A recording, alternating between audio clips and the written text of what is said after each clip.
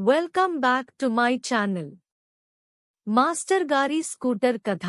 ప్రకాశం అనే టీచర్ ఉండేవాడు. ప్రాథమిక పాఠశాల పిల్లలకు బోధించేవాడు. అతని పాఠశాల గ్రామానికి 7 కిలోమీటర్ల దూరంలో ఉంది. పాఠశాల పరిసర ప్రాంతాలు పూర్తిగా నిర్మానుష్యంగా ఉండేవి. తన గ్రామం నుండి పాఠశాలకు చేరుకోవడానికి రవాణా మార్గాలు చాలా అరుదుగా అందుబాటులో ఉండడంతో అతను తరచుగా లిఫ్ట్ కోసం అడిగేవాడు. ఇక లిఫ్ట్ దొరకని రోజుల్లో భగవంతుడు నాకు 2 కాళ్ళు ఇచ్చాడు, అవి ఇంక దేనికి ఉపయోగపడతాయి అని అనుకుంటూ స్కూల్కి నడిచి వెళ్ళేవాడు. ప్రకాశం ప్రతిరోజూ లిఫ్ట్ అడగడానికి నిలబడినప్పుడు ఇలా అనుకునేవాడు: ప్రభుత్వం ఈ నిర్మానుష్యమైన, నిర్జన ఎడారిలాంటి ప్రదేశంలో పాఠశాల ఎందుకు తెరిచింది? దీనికన్నా నేను గ్రామంలో ఒక కిరాణా దుకాణం తెరుచుకుని ఉంటే బావుండేది. రోజువారీ కష్టాల నుండి బయటపడటానికి ప్రకాశం కొద్దిగా డబ్బును సేకరించి చేతక్ కంపెనీ వారి కొత్తగా మెరుస్తున్న స్కూటర్ కొనుక్కున్నాడు. వాహనం లేకుండా తాను చాలా ఇబ్బందులు పడ్డానని, ఎవరైనా లిఫ్ట్ కోసం అడిగే వారినెవర్నీ తిరస్కరించకూడదని ప్రకాశం ఒట్టుపెట్టుకున్నాడు. ఎందుకంటే ఎవరైనా లిఫ్ట్ నిరాకరించినప్పుడు అది ఎంత ఇబ్బందికరంగా ఉంటుందో అతనికి తెలుసు. ఇప్పుడు ప్రకాశం తన మెరిసే స్కూటర్పై ప్రతిరోజూ పాఠశాలకు వెళ్ళేవాడు. దారిలో ఎవరో ఒకరు లిఫ్ట్ అడిగి అతనితో వెళ్ళేవారు. తిరిగి వచ్చేటప్పుడు మరొకరు అతనితో వచ్చేవారు. ఒకరోజు ప్రకాశం పాఠశాల నుండి తిరిగి వస్తున్నప్పుడు దారిలో ఒక వ్యక్తి లిఫ్ట్ చాలా అవసరమన్నట్లుగా చేయి ఊపుతూ కనిపించాడు.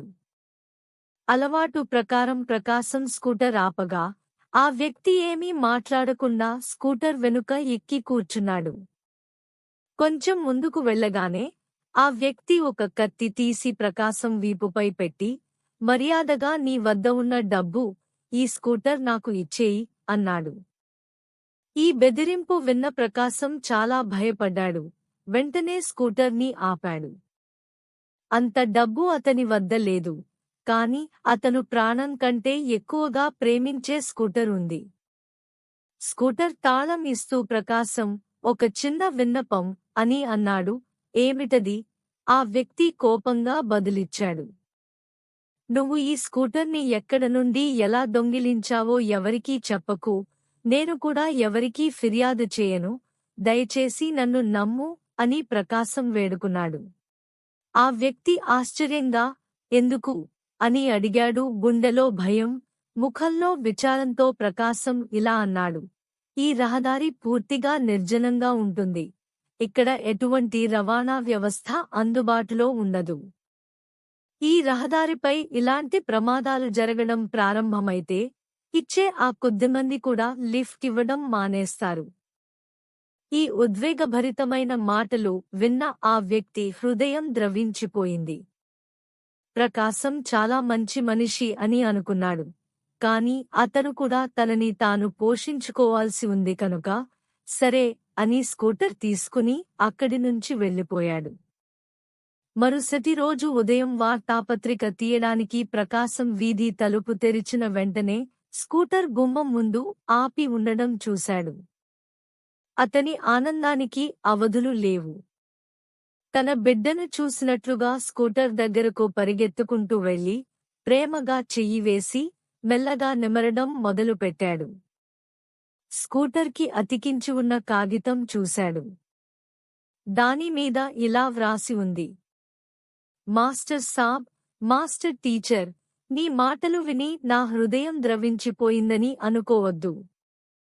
నిన్న పాత ఇనప కొట్టు వ్యాపారికి నీ స్కూటర్ అమ్ముదామనుకుని తీసుకెళ్లాను. స్కూటర్ చూడగానే నేను ఒక్క మాట కూడా మాట్లాడకముందే, ఇది మసాబ్ స్కూటర్ కదా అని అన్నాడు. నన్ను నేను రక్షించుకునే ప్రయత్నంలో అతనితో, అవును, మసాబ్ నన్ను ఒక పని మీద మార్కెట్కి పంపాడు అని చెప్పాను. కాని ఆ వ్యక్తికి నా మీద అనుమానం వచ్చిందేమో అనిపించింది. అక్కడి నుంచి తప్పించుకుని ఓ మిఠాయి దుకాణానికి వెళ్ళాను. నాకు చాలా ఆకలిగా వేయడం వలన ఏదైనా తిందామని అనుకున్నాను. మిఠాయి వ్యాపారి కళ్ళు స్కూటర్ మీద పడగానే అతను వెంటనే అన్నాడు, ఇది మసాబ్ స్కూటర్ కదా అన్నాడు. ఇది విని నేను భయాందోళనకు గురయ్యి, అవును, నేను అతని కోసమే ఈ వస్తువులను కొందామని వచ్చాను, అతని ఇంటికి అతిథులు వచ్చారు అని ఎలాగోలా అక్కడి నుంచి కూడా తప్పించుకున్నాను. అప్పుడు ఈ ఊరి నుంచి వెళ్లి వేరే చోట అమ్మేద్దామా అనుకున్నాను. ఊరి కూడలి వద్ద ఒక పోలీసు నన్ను పట్టుకుని ఆపి, కోపంగా, ఎక్కడికి వెళ్తున్నావు? మసాబ్ స్కూటర్ నీ దగ్గరకు ఎలా వచ్చింది? అని అడగడం ప్రారంభించాడు. ఏదో సాకు చెప్పి, ఎలాగోలా అతడిని కూడా తప్పించుకుని అక్కడి నుంచి పారిపోయాను. పరిగెత్తి నేను అలసిపోయాను. మసాబ్, ఇది మీ స్కూటరా లేక అమితాబ్ బచ్చనా? దీనిని అందరూ గుర్తుపడుతున్నారు. నేను మీ వస్తువును తిరిగి మీకు అప్పగిస్తున్నాను. దాన్ని అమ్మే శక్తి, ధైర్యం రెండూ నాకు లేవు. మీకు కలిగిన ఇబ్బందికి నన్ను క్షమించండి. ఆ ఇబ్బందికి ప్రతిఫలంగా స్కూటర్ ట్యాంక్ను పెట్రోల్తో నింపి ఇస్తున్నాను. ఈ ఉత్తరం చదివిన ప్రకాశం చిరునవ్వు నవ్వి, చేసిన మంచి పని ఎప్పుడూ తిరిగి వస్తుంది అనుకున్నాడు. నీతి: మనం ఎవరికైనా మంచి చేస్తే మనకు కూడా ఎప్పుడూ మంచే జరుగుతుంది.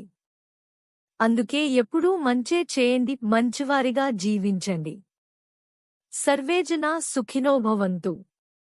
లోకా సమస్త సుఖినో భవంతు. ఓం శాంతి శాంతి. స్వస్తి. Thank you. Please like, share, subscribe my channel.